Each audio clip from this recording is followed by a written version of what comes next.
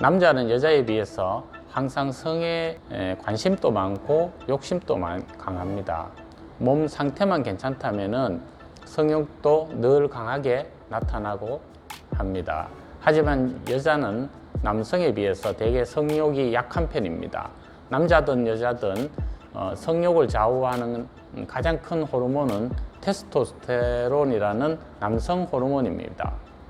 여성들은 남성에 비해서 상대적으로 이 호르몬이 적기 때문에 성에 대한 욕구도 적게 나타난다고 볼 수 있습니다.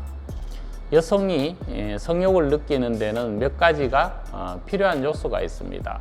가장 중요한 호르몬인 테스토스테론이라는 남성 호르몬과 에스트로겐이라는 여성 호르몬입니다.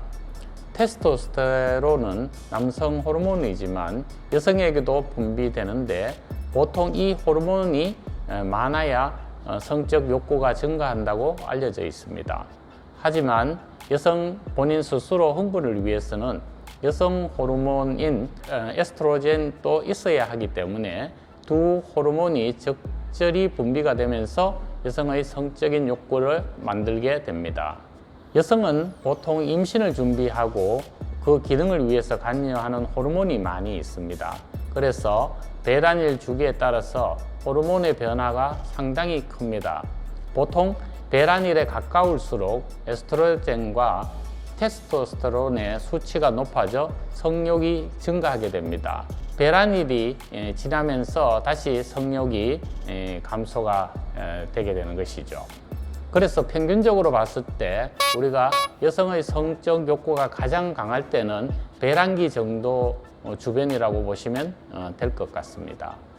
폐경의 여성의 경우에는 에스트로겐이라는 여성 호르몬이 떨어지면서 성교통과 질건조증 그리고 성욕이 저하되는 등 여러 가지 신체적 변화가 오게 됩니다.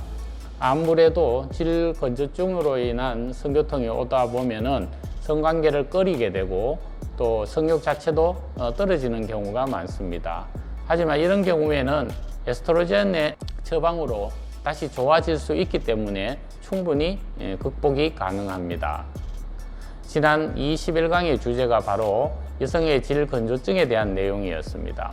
21강을 참고하셔서 여성의 에스트로겐 호르몬 처방에 대해서 좀 더 알아가시면 좋을 것 같습니다. 이렇게 여성은 체내의 남성 호르몬과 여성 호르몬의 수치에 따라서 성의 욕구가 달라진다는 것을 알 수가 있었습니다. 하지만 이러한 수치는 어디까지나 수치일 뿐이며 여성이든 남성이든 사랑하는 사람과 함께 있을 때에는 아무런 소용이 없습니다. 사랑하는 사람과 함께 있을 때는 호르몬의 증가나 감소와 상관없이 이 사람과 함께 있고 싶고 만지고 싶고 포옹하고 싶어집니다. 중요한 건 상대방을 사랑하는 마음 또한 함께 하고 싶은 마음입니다. 그러므로 여성이 가장 성욕을 강하게 느끼는 시기는 바로 내가 사랑하는 사람과 함께 있고 또한 내가 사랑받고 있다는 것을 느낄 때입니다. 다시 말하면 여성의 성욕은 사랑하는 마음이 가장 중요하며 또한 사랑하는 사람과 함께 있을 때이며 여기에 약간의 신체적 접촉이 가하게 될 때 가장 강하게 성욕이 일어나게 됩니다. 감사합니다.